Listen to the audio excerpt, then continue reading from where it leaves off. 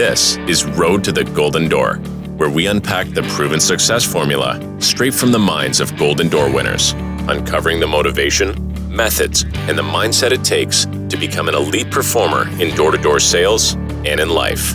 This is Road to the Golden Door. Now, here's your host, Mikey Lucas.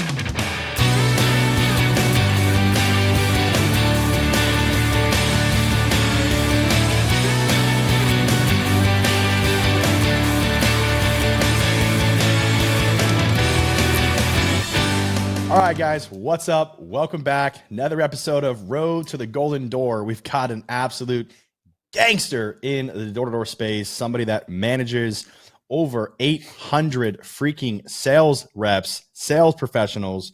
He is a two-time Golden Door Award winner, and his claim to fame is that in his career during a season, he has not hit less than 10 pest control accounts in a day. So, guys, this dude is going to be an absolute gangster to listen to. You're going to want to listen to this over and over and over again. I've been waiting a very long time to introduce you to this guy.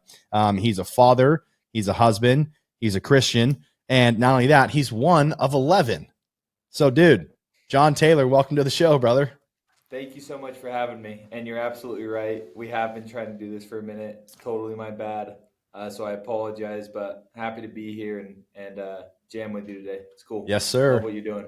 Appreciate it, brother. Appreciate it. Now, yeah, man, I've actually been following your journey with the Grit. So you're one of the co-founders of Grit, one of the 4 partners of the Grit Marketing. You guys are doing something obviously clearly right. So again, listeners, if you're going to try to build a culture, everyone says, culture, whatever. And I've written a bunch of articles on like Inc. magazine and Entrepreneur about culture and taught on culture and whatever. But, you hire and you fire based off culture. So whatever the Grit is doing is obviously and clearly working. You guys are like this, as Ed Mylett said, and I'm not sure if you were there. Were you there the year at Door-to-Door when Ed Mylett spoke? I was, yeah. So, when he said like, you want to build a cult. Like you want a hell of a cult. You want a cult. Yeah, I would say that the Grit is a cult in a good, positive way.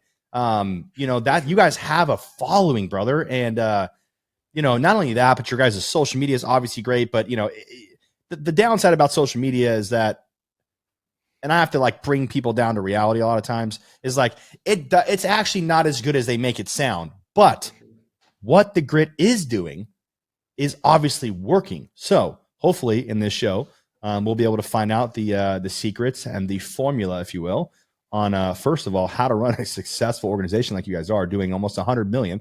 You're on track to hit 100 million this year, John. That is impressive, bro. That is impressive.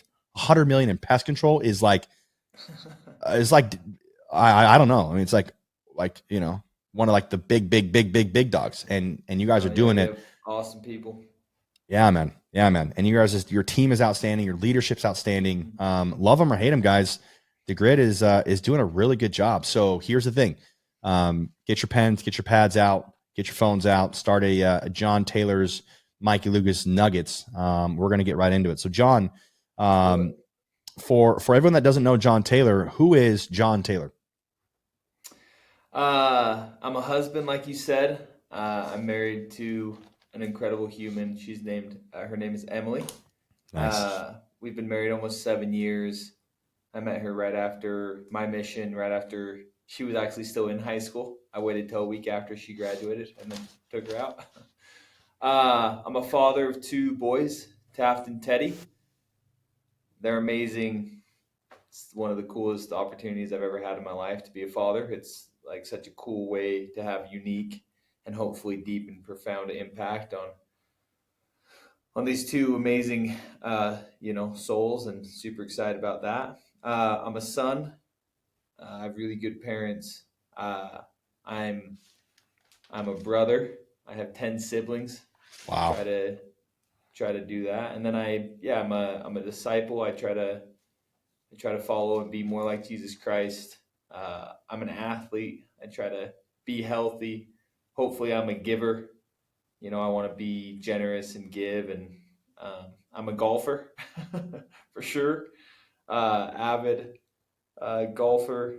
and a friend, and hopefully, a developing human. So yeah, I grew up in Kaysville, Utah.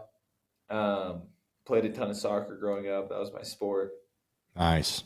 And then went and served an LDS mission to Tahiti. It was amazing. And then came back, went to BYU and got into the door-to-door industry only for a year. And then the next year was going to be the last year. And here we are. I started in 2015 was my first year. I started at Vivint. And it's been an amazing journey and ride, and super excited for what the future holds. Love that, brother. Thank you for sharing. So you started at, let me backtrack there. You started at Vivint selling alarm systems. Yes, sir. And you got into Pest. Smart man. It was awesome. I got home from my mission. A couple days later, my buddies were, they were selling alarms. And so I was in a training meeting, and then I went out and did a half summer to Mississippi at Vivint. And it was like one of the coolest, life-changing, eye-opening, horizon expanding experiences that I've ever had, in that I saved up for my mission. I had to pay $5,000 for my mission, and that was like the mountain. And so I went out that half summer in less than 2 months, and made 18.5 grand. And I was like, I've made it. Like, the world is my playground, like I can go control my own destiny. And so I'm such a huge fan of door to door. I think everyone should do it. The skills and the lessons, and I had a knack for it and picked it up quickly. And some people do, some people don't. Regardless, I think it's just such an amazing experience of learning and growth. So yeah, I did that in 2015, and it was awesome. I love that. Yeah, I sold alarms my first summer as well, and got right into solar. So same concept. It's funny is I always tell people, I tell a lot of the solar guys, because everyone's like, oh yeah, you make all this money in solar. And I always tell people, I was like, look, I know more guys with money in pest control than I do in solar. Yeah, I mean, there's money everywhere to be made. I agree. I think selling alarms is a really good training ground. It was really hard. Pest control felt a lot easier after. But yeah, sells. There's money to be had everywhere. A lot of it, as you know, depends on who you're with and the systems and structure that you put yourself into. So yeah, I think it does come down to culture a little bit, but I think I want to get into what you talked about there. I think that was really interesting, because you have I want to do my best to get as close to, your heart as possible. Because you said something about, everybody should be doing door-to-door sales. And I 100% agree with you on that. My kids will absolutely do door-to-door sales, dude. And it is a level of skills that you cannot teach somebody unless they actually do it. So why don't you tell me a little bit about, let's first go back to, I want you to go back to your 2 golden door years. You did back to back. Okay. You did over 1,000 accounts, which back then was like, you were God. 1,000 accounts is still, I mean, even today, there's not that many guys. There was less back then, but even now, like, we'll have 20 guys do a golden door this year. Yep. And we'll have 3, maybe 4, but like 3 or 4 do 1,000 accounts. 1,000 accounts is, yeah. So for me, it was a really, really big deal. Yeah. Yeah. I mean, it obviously still is, but I mean, back then it was like 1,000 accounts. It was like, whoa. Sure. Yeah. And still a golden door. Yeah. A golden door in Pest. I mean, a golden door in general is just like, dude, hats off to you, bro. That is 100%. Wild. But totally. I've tried to create a culture around what I do and what I talk about, that the golden door should be the standard, should be the absolute standard. Shouldn't be now 1,000 accounts isn't a standard, but a golden door should be a standard. And you should do your best as a leader in your business, in your organization, your companies, and not only that, but also yourself, to hold yourself accountable to become a self-sustainable golden door award-winning sales rep. That is ultimately the key there. So, how do you guys create, let's just start there. How do you guys create that culture around, let me go further back. when you guys first started Grit, how many Golden Door guys did you guys have in your first year? Yeah, so in 2018, when I hit Golden Door, I was the only one at the company. We were then at Green X. I did it that year. The next year I did it again, and we had 3 others. So Landon Hart, who's still at Green X, but then Cody Olive and then Drew Hansen. They all did a Golden Door as well that year. So then we had 4. And then in 2020, it was just Cody and Drew. So going into 2021, we only had 2. But those are both 1,000 account guys, weren't they? Yeah, they did. They did over 1,000 accounts. They did over $1 million in revenue, both, and they're highly talented, really hardworking, incredible individuals. Both of those 2, Drew and Cody. So that's how many we had going into our first summer of Grit marketing, which was 2021. Okay, so going into now 2022 season, you guys had 14 guys on stage. Is that correct? 2021, we had 14 Golden Doors. 2022, we had we had 11 in 2021 and then 14 in 2022. Yes, I know that number very well because I publicly said that I was going to have the most Golden Door Award winners in my organization without having a company. I had almost 9. I had 7, and I don't own a solar company or any company. I just do financial coaching for guys. And I said I was going to have the most in the whole entire industry. I should have been more specific and said solar because I would have won, but I didn't. So I tripled down on it, and then I got my butt kicked by Grit because you guys had 14. I was like, all right, well, took the L. I had this whole like marketing plan and everything like that. I was like, yeah, I'm the best. Didn't work. Amazing. So 1's really good. So to have that type of goal and vision and then work and system. So hats off to you. It's really cool. Yeah, man. And we can get into that later on and my whole system on how I've created multiple Golden Door Award winners and all that. It's a very simple process. It's all over the internet. So it's not like I'm selling things to tell people that. This is what you should be doing, because if you're not creating Golden Door Award winners, which is you guys are going to have 20 this year, my goal is to have 25. So we're in competition, brother. I was waiting for this call. But if you're not in the process of creating multiple Golden Door Award winners, like what are you actually doing? Why are we around like a AA or single A baseball team? Why are we on like, the super minors? Like we're not even in the D League. We're in like the F League, right? It's like, why would you want to work your tail off all summer long, or some of these guys are all year round, right? And only hit, half a Golden Door. It's like, not that, and that's like the best guy in your company, right? It's like, not that hitting a half Golden Door is not impressive, because it still is, but you should obviously be striving to hit that. The benchmark should be the Golden Door Award, which is why I always tell people, I got so much free stuff on the internet, bro. It's like, my goal is to help other guys like you to focus on creating self-sustainable Golden Door Award winning sales professionals. And how do you do that? Which is actually one of the reasons why I have this podcast, is because really I get questions in DMs all the time, calls all the time, whether that's like coaching clients or whatever, but I get questions all the time. Like, hey, like how do I do this? How do I do that? I had a call this morning from a guy. Hey man, this guy's, it's a solar guy. He's like, hey man, this guy's sales like absolutely is trash.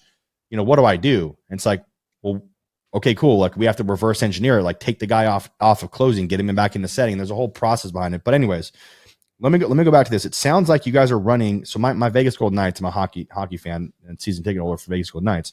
My team just won the Stanley Cup. Yeah, what it sounds like, thank you, brother. Appreciate it. First time winner. Yeah, it's awesome. It sounds like, are you a hockey fan at all? Hockey is not the one sport of the main sports I follow probably the least closely. Although gotta watch. I've been meaning to get to an NHL game. I almost went down for a playoff game to Vegas and just didn't work out. But I hear they're amazing, and it's such a cool sport. It's skating at that speed and doing. So I have a huge amount of respect for it. Yeah. skating backwards at that speed. Yeah, no, Those D men. It's like, dude, the defense is just wild. How do you skate backwards like that nuts. against guys like forwards that are like extremely fast? For Like, sure. and dude, it's wild. So, Crazy. let me ask you this: so when you come to Vegas, if you want to go to a game, I'd love to take you and your boys to a game. That'd be awesome. Yeah. So it sounds a little bit like you guys have a sports model around building around a few guys. Is that something that you guys, because you said you're an athlete, so is that, and you played soccer, right? And you need your Cristiano Ronaldo, your Messi, like you need those guys. You have your Drews, right? So is that something that you're actively like doing? Is that on purpose, or like how did you build an 800-man army and woman army? Yeah, no, it's a good question. And I'm thinking about it as you're talking about it and the things that we talk about and focus on. I think inevitably the cliche statement, most cliches are said because they're true. The one is you become like those who you surround yourself with is certainly true. Obviously there has to be extremely talented individuals who have vision and goals and dreams to go shatter the 4-minute mile. And we work with tons of those individuals. But then inevitably, right, when you're surrounded by people who have goals greater than yours, you're going to level up and grow. And so the 11 turned to 14, the 14 will turn to 20. What will it look in future years? But the law of attraction, right? We tend to bring those type of individuals into the grit because they look at the grit and they think, man, if I want to be elite at selling, then I should try to surround myself with those who are doing it at a really high level. You look at Messi, you look at Cristiano, certainly extremely talented, but they got plugged into systems, Barcelona and Manchester United, and then so on and so forth, where they were able to strive to close that gap between their potential and their performance. And so I would say we certainly attract it. To answer your question, how do we build, a 7 and 800, and then hopefully growing person army that continues. I think the cult-like following that you spoke to earlier, the reason why we have that is because of the cause. The reason, the raison d'être is how it's said in French, right? The reason to be, the reason that why the grit exists actually, and not just in word, but actually is to have impact, to positively impact as many individuals and families, both current and future, as we can.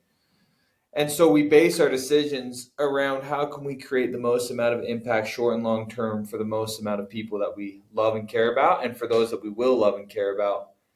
And so that's something that people can be excited about. They can buy into. Mikey, you're not going to be, if I'm your manager, you're not going to be super excited. We might have a good relationship, but like, you're not going to kill yourself to make me a lot of money or like get me my forever home. Like that, you might be like excited for me, but that's not like a reason to like go to war. But what you hopefully are excited about, if is hitting your hopes and dreams and helping others hit their hopes and dreams and expanding that impact on yourself and for others. And so when you get a group of people bought in on the same thing, magic happens. And we've seen that. By no means have we, we've done a lot of incredible things. We've fallen short in a lot of ways, and want to be so much better. But we certainly do have a common goal, which is for everyone we work with, both on the sales side and on the corporate side. We want to make their lives and the lives of their families better. And so that's, I think, what is the secret? And it's easy to just say that, right? And be like, oh, well, now we care about people, but do you actually base your decisions around those things? Or when push comes to shove, are you going to like do what's best for you? Which most people, a lot of people do, where we have time and time again, us and hopefully, you know, my partners, then as our senior leadership, try to do things that is for the most amount of people and the most amount of impact. So, I mean, long answer to your question, but I think that is the secret sauce, is the having a cause that people are excited about and then aligning everyone to that cause. I went and visited all but, you know, I went and visited over 20 teams in the last, you know, month and a half, and the first thing I talk about is, cool, what's the why of the grit? Impact. Okay, here's why it's important. Here's what we're focused on. And because if you get, you know, it's one thing to have a goal and a vision, but when you get hundreds of people aligned in that goal, all working towards the same thing, I think, again, that's where the magic is. Wow. That's impressive, bro. That's impressive. Let me backtrack just a second. You said something that I was like, I've never heard that before. And for the record, I'm from the same island. My family's from the same island Cristiano's from. He's from Funchal, and my family's from Paul de Mar. We're both from Madeira. So, you know, our family obviously loves Cristiano. I'm a Cristiano guy. Yes, good. Glad. Otherwise, this podcast is over. Yeah, like what he's done for the amount of years, you know, is greatness. It's incredible. What do you think about him going over into his new contract? Into the Middle East? Oh. Yeah, it's, you know, there's tons of politics with everything like that. You know, Cristiano is reaching the end of his career. He clearly loves his family, although he clearly has enough money. You know, everyone gets to make their own decisions, and I would love to keep seeing him on the big stage. Obviously, he's not, and so as a fan, you know, I don't get to watch him as much anymore. Although, I mean, I literally don't even know how to act, you know, those games or who they're playing or whatever. But I mean, he's reaching the end of his career. A lot of people do something similar at the end of their career, whether it was David Beckham or Zidane or now Messi coming to Miami, right? Like, he's not coming to Miami to play the highest level of soccer, you know? No. Right? Like, he knows that, you know, he's going to – and again, money is a magnifier. With more money, with more of the bigger platform, hopefully those guys can go accomplish what they want to do. You know, and here's probably a controversial, you know, everyone has a problem with LeBron, right? Of having like, he should just play basketball. He should shut up and dribble. And to me, dude, like, I have no problem with people who have a platform using that platform to push whatever narrative and do the things that they feel like is right. Taylor Swift has some like strong views on things. Yep. And she has a huge platform. And like, if I have a platform, whatever platform I have, like, hopefully I use that to like do good, be good, and push whatever things I want. So not to get political, but I've talked about that to some people, and I think it's great. And I get to live my life the way I want to. And I'm so happy for everyone else to do the same, you know, obviously once you infringe on human rights, that's where it's like you cross the line. But as long as, you know, you're living within that, like, yeah, you get to do your thing. So I don't even know what we're talking about now, but like, let's keep chatting. We're good. Go down this road. We're on. Yeah, no, definitely not infringing on people's First Amendment rights of the one of 5 in the First Amendments, which is their freedom of speech. Yeah, I agree with you on that. I mean, I do my best to use this podcast as a platform for my weaknesses, not just for my strengths. People tend to see, you know, these TikTok gurus and whatever, YouTube gurus talking about everything. But this podcast is ultimately for John, where you struggle at, because it's very easy to see all the good stuff that John's doing. But, you know, it's like, you know, being able to share like, hey, I'm actually not doing very well right here or right now. And obviously there's times where you can't lead down, you have to lead up. In other words, you have to throw up.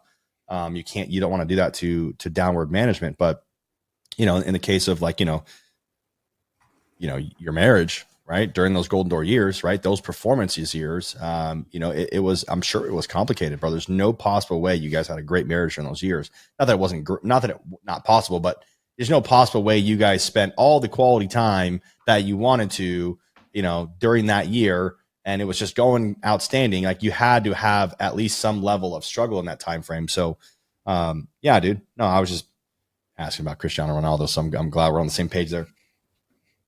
You said something here, and I'll go back to Emily and the boys here in a second. But yeah, I was going to say I'm happy to speak about that if you like, but we will. Yeah, I got you. We will. You said something first that I want to go over while everyone's still listening to this. You said the gap between potential and performance. I've never heard that before. I was always told growing up, John, that I had this great potential, but for some reason, I never got the chance. Or maybe if I got the chance, I wasn't actually good enough. Like I actually didn't get the starting position. I didn't get the date. I didn't get the grade, right? I didn't get accepted into the gifted and talented education students. I got put in the stupid classes, like the actual, like the special needs classes. That's where I was at. I was. There was leaders that were there, and it's really interesting how like profound those people's impact were in my life. Still today, I'm 31 years old. And I'm talking like third grade. I remember exactly where I was at in California at like this camp. And the guy was like, dude, you have a lot of potential. And I kept hearing that over and over and over again. And there's things like that. And there's other things that word tracks that have been said to me that I'm like, I don't see this performance, right? Let alone the potential. So what does that mean? Right. So I think it was really cool. I'm kind of writing, just like journaling about it, trying to figure out what I'm going to do with it. But basically, the difference between, actually having your time and why us as 20, 30-year-olds want it and want it now. And how God kind of works in like mysterious ways in that, like if he were to get, it's almost like the whole lottery, like kind of just to touch on that topic, like the whole lottery thing, like why is it over 86% of people that win the lottery are bankrupt in 5 years? Yeah. It's because they weren't ready for it. It's the same thing in marriage. Like why do a lot of these, even in 20 and 30-year-olds, millennials, like why do marriages end within like 5 years? It's because it's like they're dating or whatever. It's like they weren't ready for the marriage or whatever. And it's kind of like window shopping, John. I think we've got to a point where like we're almost like window shopping. We got this like best case scenario, then like the fear of missing out, like the YOLO and live your best life. It's a confusing time that we're in. So how do we stay? How do we shorten that gap, to go back to that, between your potential and your performance? So explain to me really quickly about what that means to you, or where you came up with that. Yeah, that's to me, and this is again something I speak about often. To me, success is closing the gap between your potential and your performance. And I draw it on a board, right? We all have our potential, and we all have our potential in different things. I have a potential in this relationship. What does that look like if we're closing the gap between where we are at, me and you, Mikey Lucas, right, in our relationship? And that's probably very different than my relationship with like my business partners. And there's going to be way more time and energy and money spent in those relationships, probably because of proximities. And that's okay. So it's all relative, right? But, as an athlete or in my business or this year, if I'm selling, what is my potential? Okay, well, I want to get as close to that as I possibly can. And I always say what I love about that is two things. One is totally individual. My potential isn't your potential. We have different potential in different things. We all have our strengths and weaknesses, and it's not really fair to compare your strength to my weakness and vice versa. Hopefully we're all magnifying and maximizing strengths, improving on those, and then working on our weaknesses and improving on those. The other thing I love is it's never ending. I, can always do more, be more, give more, always.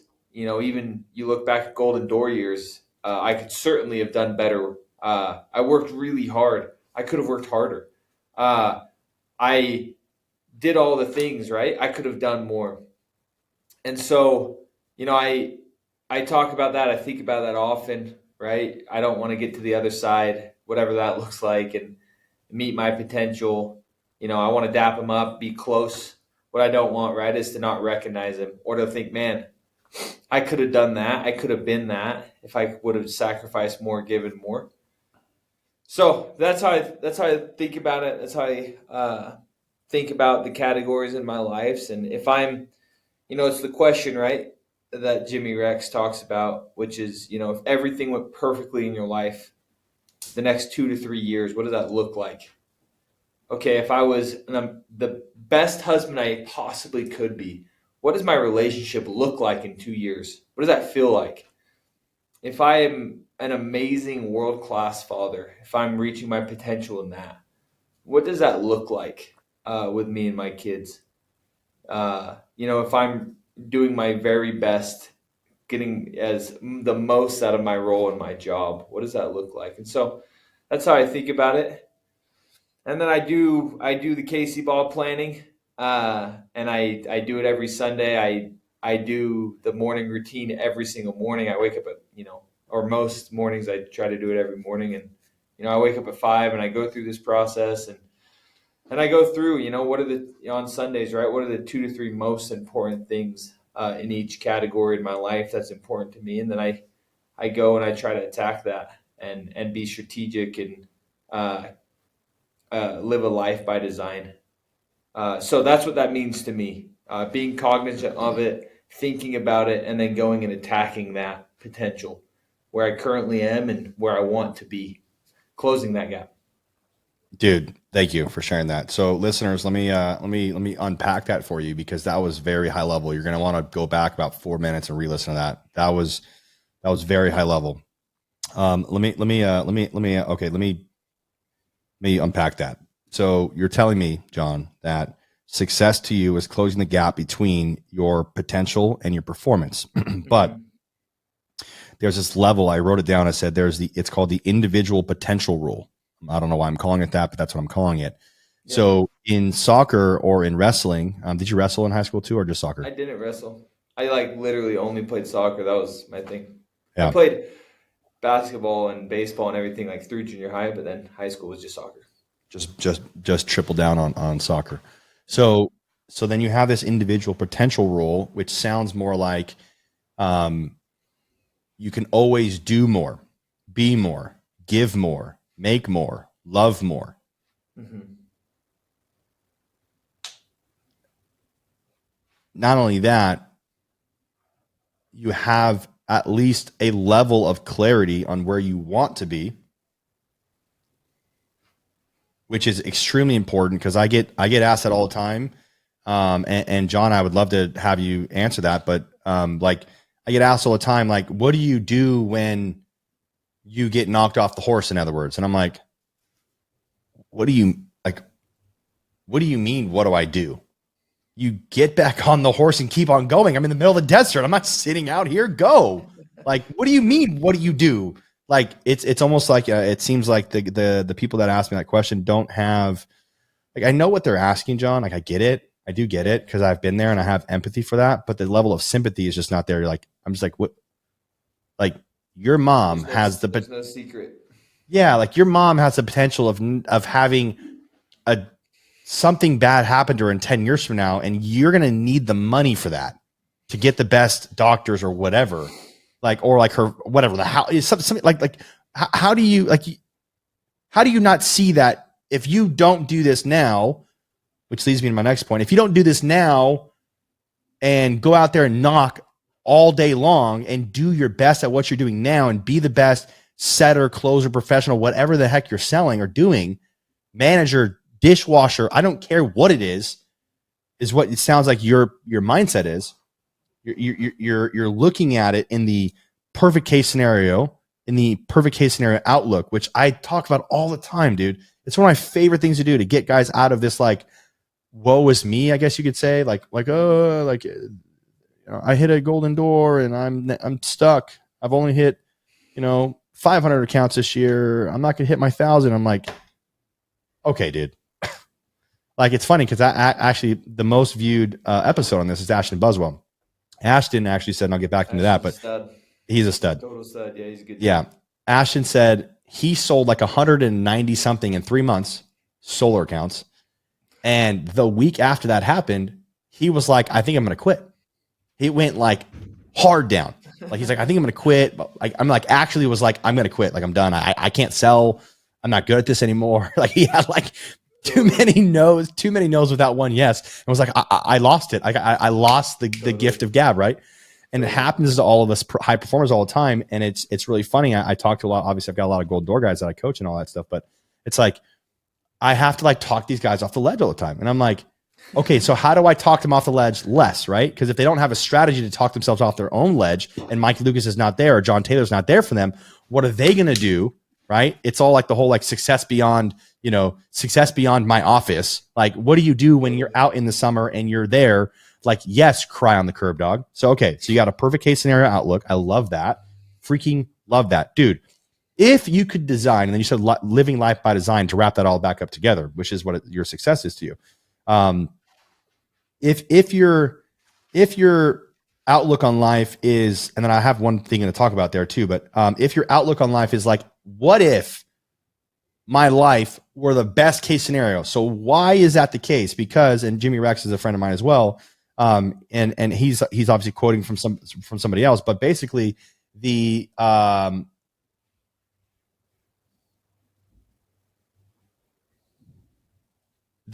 goal here is stop thinking all the 86,000 negative thoughts a day and at least turn some of those into positive, because you're going to think negative. I don't know why, but like we as a human race, Western society, 2023, 2024, want to think negative. Worst case scenario. But the people that are winning, and this is a very common attribute of all Golden Door winners I've ever interviewed or top performers in business or in life, someone that has like, a marriage. It's like, well, what did you originally sign up for? You did not originally sign up to say, I can't wait to have 2.5 kids and make $1 million and it all crumbles down and go at 50-50 and a really bad divorce. Cannot wait for that. You didn't. You signed up to have this flourishing, outstanding, loving marriage. So why don't you think going back to I am in the middle of summer, right? I want to go back to this. What if this summer was the best summer ever? And I've had to write that on whiteboards, brother.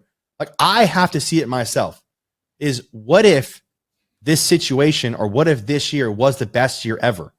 Because I get afraid. I mean, I'm sure with 800 freaking reps, right? 1,000 damn reps. I'm sure you are like afraid at times. Are you not? For sure. Yeah. Okay. Thank you. Now, the last thing here is that it sounds a lot like you have this, which is I don't even know if you know this or not, but this is a very common trait in high performers that I've seen. Is you have a fear of loss, not a fear of lack. In the sense, let me go into that. Not a fear of lack, but a fear of loss. In the sense that if you did not reach whatever your fullest potential is, that's what motivates you actually. Like you will, it's like living in regret. In 10 years from now, you've probably already thought about this. If you I get grown men to cry on in offices and coaching calls and all that stuff. I always tell them, go back 5 years, pull up your cell phone, and you can use this. Please use this. This is so good, bro. It is, bro. I literally grown men to cry. It's the most outstanding emotional experience these guys can do. It's that whole like mountaintop experience, and you do it when you're going to one of your offices. Use this, please. All right, pull up your phone, guys. Oh, okay, cool, sweet. Go to your Instagram. Awesome, perfect. Or Facebook. Oh, I don't have Instagram. Cool. Pull up your Facebook. Cool. I don't have Facebook. Cool. Pull up your cell phone and go to pictures. Okay. So there's no excuse. There's always ones there. Okay. Go 5 years ago. So whatever 5 years ago, 2018, right? 2017. I don't even know what it is. 2018. Okay. 5 years ago. Is that 2018? I don't do math very well. 2018.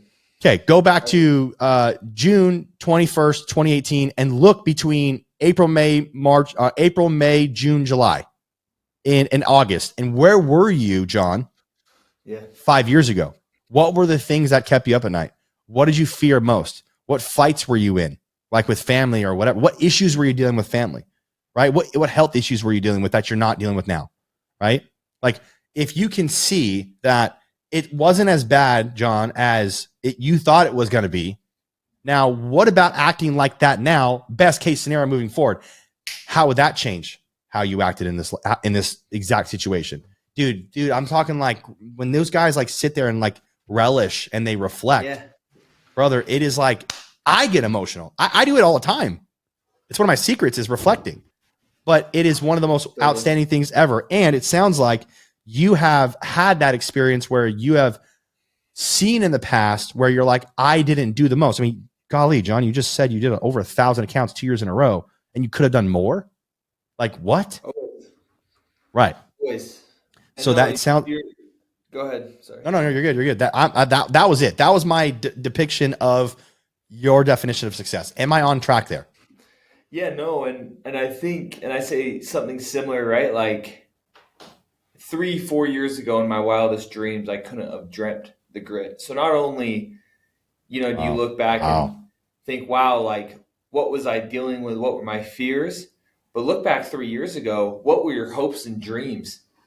Right? And I would ask the same for you, right? Like Mikey, like 8 years ago, if everything went perfect in your life, what did that look like? You've probably 10x that already. And now you're looking, like, wow, now what can I do? And so I think inevitably as we do and try to get close to our potential, it just keeps moving up. And our vision and our hopes and dreams keep expanding if we're growing, if we're giving, if we're around people that inspire us. Hopefully we look back 12 months ago and think, man, I have learned and grown so much in the last 12 months. And hopefully in 12 more months, I feel the same way. Man, I have learned and grown so much. I hardly even recognize myself. And to speak to, if I could speak to something else that Please. You talked about, it's interesting. You talked about, just going out and working, and there's no secret. But at the same time, even though you've done it, you look at Ashton Beswell, who's one of, has probably sold more solar accounts than just about anyone ever, top 5. Yeah. You know what? I had an experience. So I've sold well over 3,000 pest control accounts, right? Like I've done it. I've trained on it. I know how to do it at a high level. And I hadn't knocked in 3 years until this last weekend. So it's Wednesday now. Oh God, here it comes. Let's go. Let's hear it. And so I go out on Friday in Austin, Texas. I've never knocked Texas. I've only, I've knocked Midwest and East Coast, and I've never knocked. And same thing, right? Like I give the training in the morning and I talk about my 3 keys to success: confidence, energy, hard work.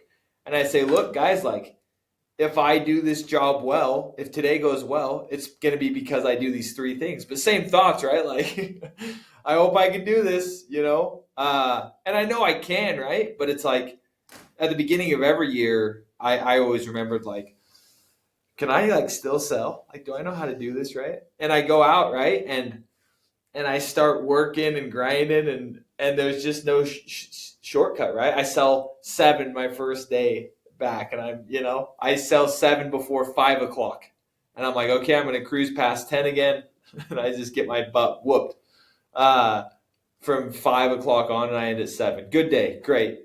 Next day, Saturday, I'm going to go out and I knocked, and I ended up selling 7 before 3 o'clock. And so I'm like, here I go. I'm going to, for 3 to 8:30, nothing, just 5.5 hours. But what I did do, and what you spoke to, right? Dude, I knocked. I worked hard. I knocked over 140 doors that day. Right? Like I was knocking to give myself the chance. Right. And again, I had the cops called on me by this guy who like lost his mind at me, almost hit me with his truck, said he was going to put a bullet in my head. And here I am, like I'm a 29-year-old, like, like I have kids. And here I am just dealing with the same crap that, everyone deals with. And dude, it was just really good. And it was just a great reminder of like, I kept working, I kept knocking door after door after door. And that's really what you can control. I talk about all the time when I go around and travel, locus of control. Charles Duhigg in Power of Habit talks about internal versus external locus of control. How do I explain the things in my life? If I have a good year, and I have an external locus of control, I had a good year because of all these external factors, right? I got lucky. Or if I have a good day on the doors, I have a good area. The training was really good. I had customers in the area, so it was just bandwagon. Where really successful people have an internal locus of control, right? I had a bad day today because I didn't make it happen. I didn't work hard enough. I wasn't accountable. I had a good day today because I made it happen. I worked really hard. And when you start taking accountability and owning your own success, that's when you really have the power to go change, because you feel like if you do, you're going to get better. If it's just external things that determine my success, why would I ever change?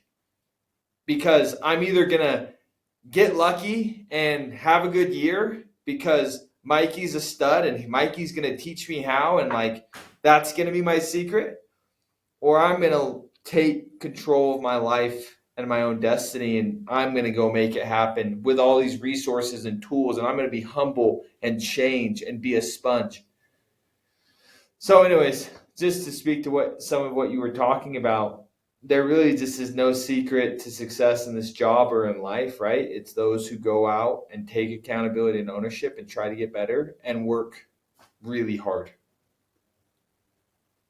Why do you think our generation doesn't want to work as hard? I don't know. I think it's often easy to be like, this problem is unique to us. So I think inevitably, right, there were always people that worked hard or didn't work hard, are lazy or not lazy. I think on the average, to what you're speaking about, is this generation lazier than previous generation? And the answer is probably yes. Or I think certainly everything's so quick. You know, you go to a Airbnb or something and the Wi-Fi is not loading, and you're pissed, dude. I'm on a flight. I'm on a flight and I get upgraded. So I'm sitting first class on a flight with meals, and the Wi-Fi goes down, and I'm pissed, and I'm actually mad. And dude, you know what I'm saying? Like, cut me out. I'm out. Like the Wi-Fi is not working on a plane, and I'm like upset. And so, which again is like, dude, like they didn't have internet 20. And so I think, you know, we take things for granted. I think everything's so quick and immediate gratification. And you have so many guys, you know, certainly today it has just become like, dude, when I started even like going out and, you know, I started on paper contracts, going out and making 30, 40 grand in a summer, dude, that was like amazing. Where now, dude, a lot of rookies, like if they're not making 100 grand, they're pissed. I'm like, dude, like, what are you talking about, right? Like 18 grand, baby, for summer. Let's go. Oh, dude, 35, half summer year 2. And I was like the richest guy in the world. Like, babe, where do you want to go on your honeymoon? Like, what do you want? Like, we can do whatever, right? Like, so with the 1 carat. Yes. What do you want? So I think the generation, you know, and then I think obviously you just have access where before you never saw inside other successful people's life as much. You know, where now every day everyone is seeing what it looks like to be really wealthy and rich, and so immediately you're just like, well, I just want that. Where obviously they don't, you know, they look at Cristiano and they don't see the 35 years of work and failure to what you're talking about. Where, you know, on the Grit, right? The Grit's Instagram page, we're not going to post about some guy who's bageled 3 days in a row. That's like it's just not what you do. No, maybe we should. Because it's a highlight reel. But that certainly goes on. You know, you look at Zach Seeger, our top rep. He hit a Golden Door June 10th. He's going to hit the double this year. He's already did it, right? Like he started April 3rd, so he hit it in, you know, 2 months, and he'll hit it again in August, and he'll do 1 point whatever, right? He'll do 1 point. He wants to do 1.5 million personally. Golden Door is 650, so he'll do a double. Total stud. Last year, I look on the leaderboard, and you know, it gets to the end of the night, and he's at 0. And I call him. I'm like, dude, what happened? And we just start laughing.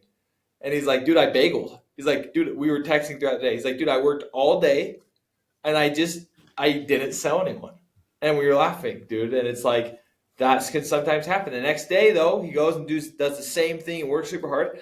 and he does 20. He does 20K. You know, we had another guy I was with this last weekend, James Fox. He did 1, and then he did 20. You know, and sometimes there are circumstances that are better or worse. Certainly, are all markets made equal? No. Are all neighborhoods made equal? No, for sure not. But you can't control that. Like, it's not like Drew Hansen, we always talk about, he doesn't have lay down detectors where he's like, okay, looks at an area, boom, boom, boom. It's like, no, dude, he just goes out and works really hard and controls what he can control. And so, yeah, he's knocked for 6 days this year and has sold 100K in revenue because he's really good, right? And as soon as you start looking at it that way, you stop chalking up your success to external things. And you start saying, no, every time I've ever had success is because I'm really good at this job. It gives you a ton of confidence and hope and reason to improve. You know, if we all sold, if it was external, we'd all sell relatively about the same. We clearly don't, right? There are guys that sell way more and women that sell way more than others because you can get good at this job and you can control how you respond to circumstances. So you're telling me Drew doesn't just, people don't open the door to Drew and they're just like, you're Drew Hansen. Can I sign up with you? I say this in every office when I talk about confidence. Like, guys, does this ever happen? Drew knocks the door. They answer. And they're like, you're kidding. I follow the grit. Drew, step in. Sugar-free Red Bull. Do you want a Monster? Please sign. Will you sign this polo for me? By the way, I want to sign up for a $3.99 initial, $2.50. No, like that doesn't happen. On the contrary, I'm seeing Drew in the chats grind. Guy says he was with this company. He's not interested at all. I did this. I did that. All of a sudden, boom, boom, boom. And and he's gotten really good at that, obviously. But yeah, no, that doesn't happen. I say this. I said, look, who here has sold the most? I go into an office, right? Okay, James Fox, you've sold 2,000 accounts, over 2,000 accounts lifetime. Cool. Who here has sold the least? You're a rookie. You just got here last week. You're at 3 accounts. Okay. When you go knock a door, is there a ticker above your head that's like 2,654? You knock, the guy's like, oh, dude, this guy is a professional. I want to work with him. This guy's only sold 3 accounts. Like, no, dude, no one knows who you are. They don't know if you're a rookie. They don't know a vet. They don't know the pitch. They don't know if you're saying it wrong or right. But what they do feel is your confidence. They do feel your energy. And then, are you knocking? Like, I say it all the time, and I'm sure you say something similar, right? Like, everyone wants what the top guys have. Who wouldn't like to go sell a golden door and solar and who wouldn't want to be Ashton Buswell, right? Like, dude, the guy's a total stud. Most aren't willing to do what the top guys do. Everyone wants what the top guys have. Dude, who doesn't want to be Cristiano Ronaldo? But, dude, no one else is willing to work like Kobe Bryant. Like, they just, like, nobody else is willing to not nobody else, right? But most aren't willing to do what the top guys do. And so there really is just no shortcut or secret to success.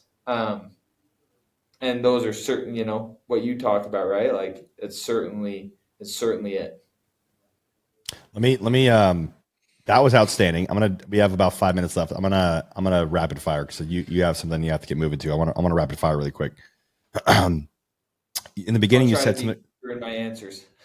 Awesome. Yeah, no, we don't have to be. I'm gonna just so long-winded. Go ahead. No. I those were purposely long-winded answers, which is what I wanted. But now I'm gonna try to do my best to. I've done this a few times where, we have like time frame and all that stuff, and I want to try to get a couple things in. So, you said something about how you think everyone, going back to the very beginning, you think everyone should do door to door because of the skills and lessons that you get out of it. Tell me top 2 lessons you've got door to door. Communication, how to communicate with people, how to read people, how to listen, how to empathize, how to react, how to mirror. Someone's pissed off, how to deflate the situation. Someone's a laydown, right? And is super excited, how to go through that process smoothly. Whether you're a dentist, doctor, husband, wife, mom, you're raising kid, sales is sales is sales is sales. It's all communication. It's all reading people and negotiation, and right and aligning goals and meeting a need, fulfilling a need, added benefits.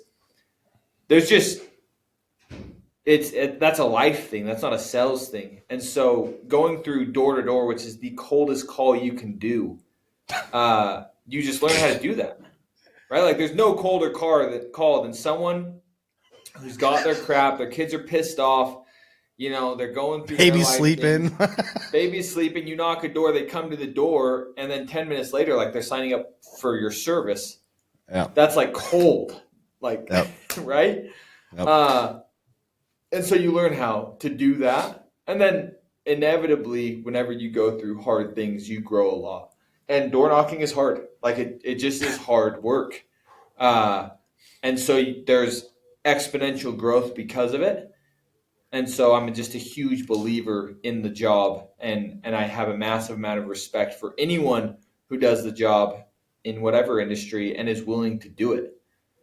You know, if you're gonna be away from Lake Powell and Vegas and all your friends for the summer, you know, I can't think of something worse. The only thing worse than knocking is not knocking. Like sitting on a curb in New Jersey sucks. Like that is not fun. Going and knocking, like that just doesn't suck as much, right? Like it just doesn't. If you're going to do it, if you're going to be out there, you're already going to be out there. So I'm a huge believer in the industry. Love that. Absolutely love that. Tell me some of the top skills that you've got that you've applied. So you said you get these skills. I know you said communication, but skills and lessons. Let's go back to that. So whether that was the first one or the second one, skill or a lesson, what are some skills or lessons? That I've Another gotten one, I guess. That I've gotten from door knocking. Yeah. Communication for sure. Hard work for sure. Dealing with rejection, like you're just constantly failing, and you go out and a really successful day, like I sold 8, let's say on Saturday, and I talked to like I knocked like 160 doors, and that's like a really successful day. And so I think controlling what you focus on, to what you talked about, right? Like at the beginning, right? Like you really determine whether you're happy. There are people that have amazing circumstances and they're not happy. There are people that have horrible circumstances and they're happy because you decide what you focus on. So I've certainly learned that in the job, and I think that will serve me my whole life. Mental resilience. Love that. Let me transition back to really quick. Give me some top, whether it's sales books, communication books, habit books. What are some of the things you recommend? Books that have had a major impact in your life, or books you recommend your guys to read? 7 Habits is one of my favorite book. 7 Habits of Highly Effective People. It fundamentally shapes how I think about things. Start with Why. Simon Sinek is a really good book. My favorite book still is probably Shoe Dog by Phil Knight. I just love it. I love the story of it.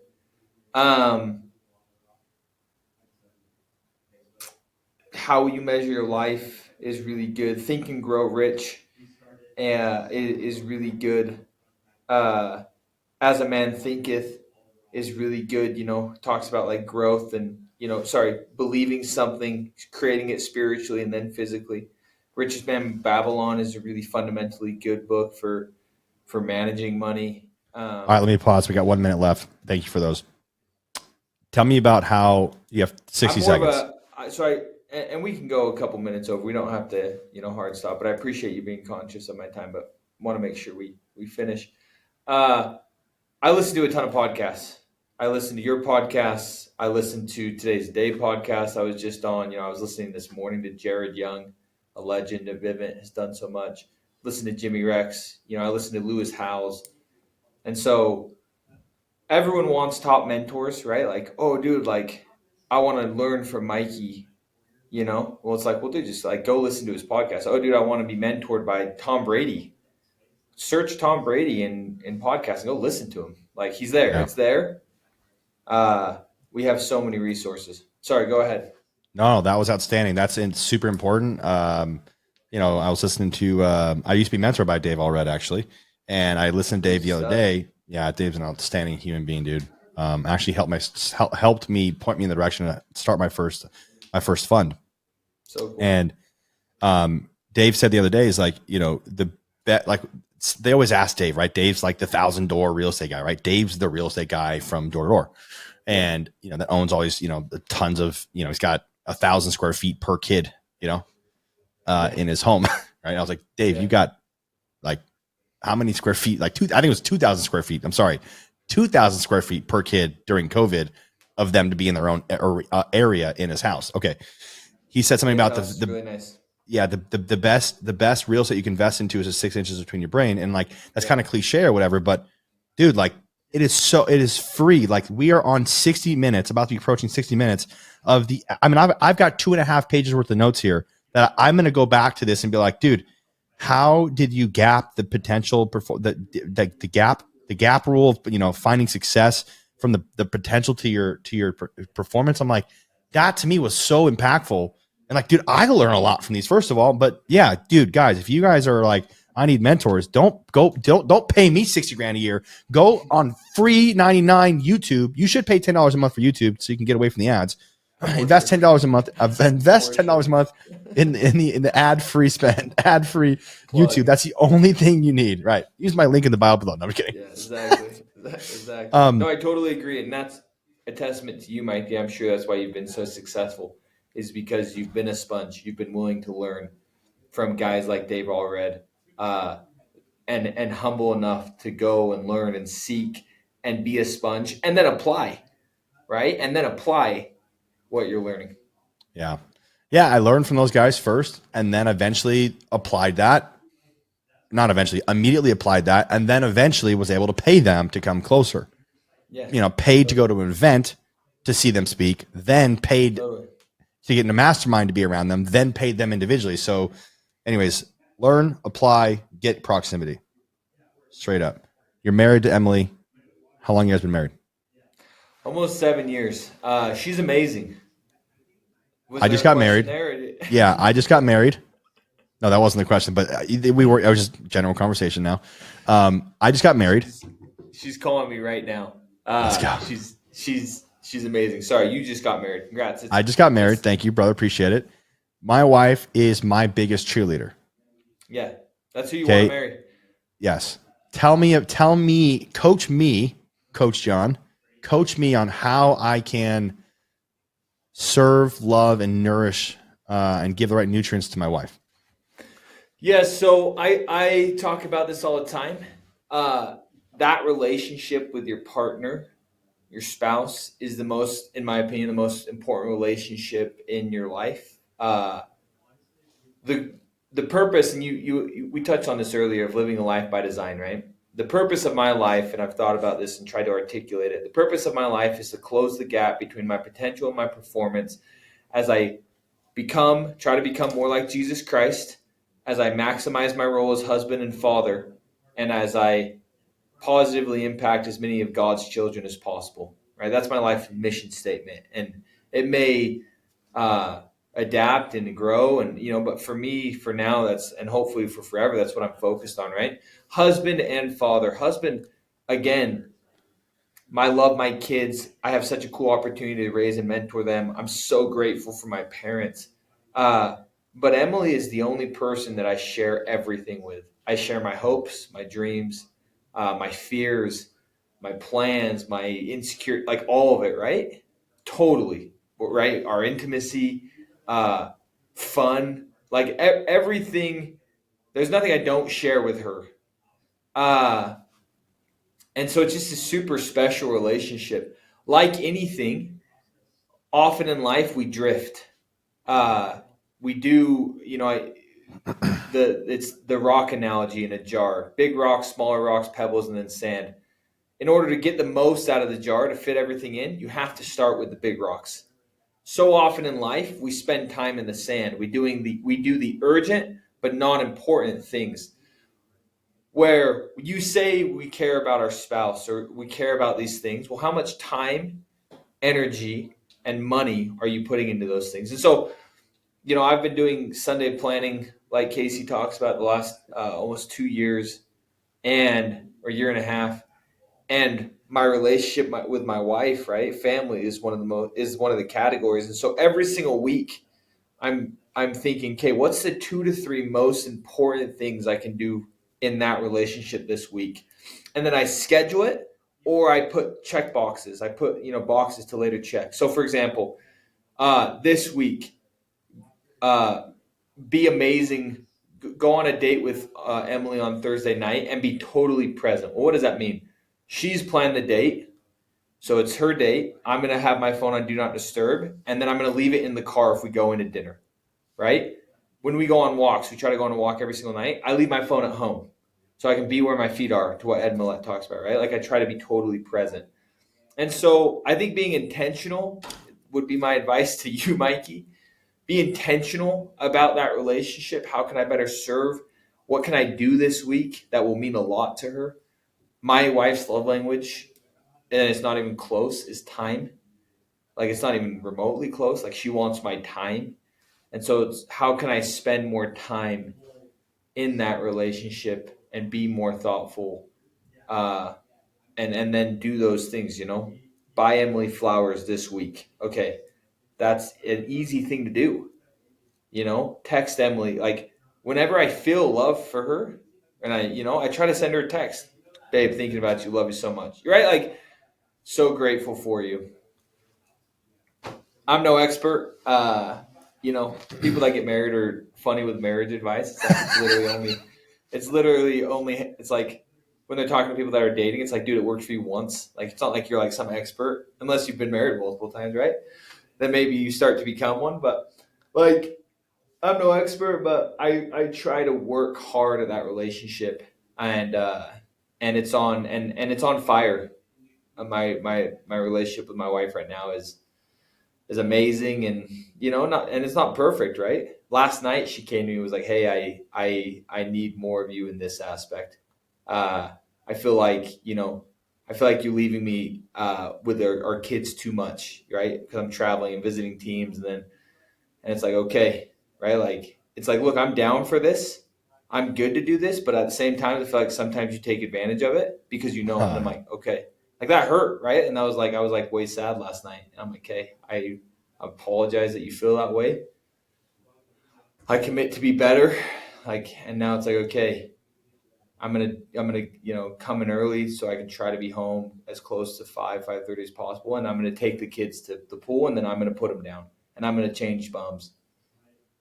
So again, that's like a live reel. Like that was last night. Like trying to be better. I need to be better. So, again, long answer, brother. To your question, I love talking about my wife. She's amazing, and I didn't know how amazing she was when I married her, but I knew, and it was a spiritual thing, and it's been awesome. John, thank you. I got the drift analogy. I got the base of the rock analogy. Yeah. I think a lot of times what I've been focusing on is more of these smaller rocks rather than the larger rocks. I track 8 things, not to get super detailed about it, but I track 8 things with my wife on a daily basis. Fighting, quality time, hanging out, on the phone, walking dogs, spiritual time, hanging out with family, friends, hanging out with friends. And what's the 8th one? I just did it. Oh, the gym. I track 8 things with my wife. If it's important to you, you'll track it. It's not just that. Imagine that's 8 with my wife. Imagine what else I track. I got a whole extensive list I can show you later on. Sure. Thank you so much, brother. That was like literally heartfelt. Be where your feet are. It's super important. My wife is off for 4 days. She's on day 3 of being off. And I'm like, she has literally, you saw earlier, she brought in bagel and strawberries. And like, she knows that like right now in the Mikey Lucas life season is this, like, I'm ramping up again. Mm-hmm. Dude. God bless you, brother. Dude, you're amazing. Next year we'll have to have you back on because you guys are about to crank again. So, dude, you've been a huge help, brother, for me, dude. Like, I feel like now we have this relationship. Now we can 100%. Thank you so much for having me on.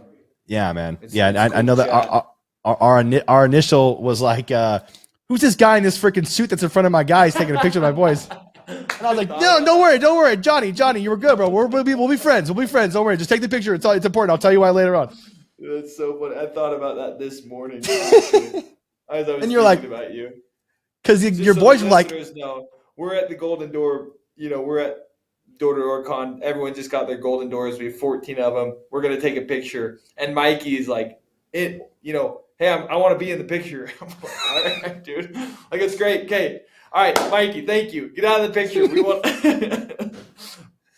it was awesome, dude. Like, you asked, hey, I want to be in the picture. Like, okay, cool, right? Like, I think it was the suit. You're like, this guy must be important. He's wearing a damn suit. No one's wearing suits here, so I don't know. We'll see.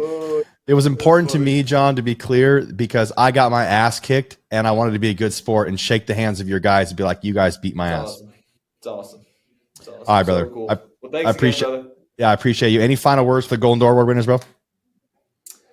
I can leave a truth. Can I leave a truth? 100%, bro. Lewis Howes ends with truth. My last three, I have 3 truths that I share often. One is, if you're not nice, I don't care what you are. Oh, I don't care if you're Brad Pitt, if you're not kind, right? Like I don't want to be around you. 2, if you don't have integrity, I don't care what you have. I don't care if you have the biggest house, fastest cars, biggest, coolest job. Like, if you don't have integrity, it actually doesn't matter. Be totally honest. Integrity is something you either have or you don't. You don't have to like work on it. You just have to choose to be totally honest. You're either deceptive or you're not. Don't be. And then lastly, I don't know what I know. You know, this all could be the Matrix, right? Like, is this real? I don't know. But I do totally believe that, you know, God is hope. Having faith in something or a plan brings hope of something more, and I'm grateful for that. So those are some last thoughts. Hopefully that's helpful to someone. So Mikey, Absolutely. Appreciate you, brother. Thanks again for having me on. Thanks, bro. God bless you, man. Have a great day.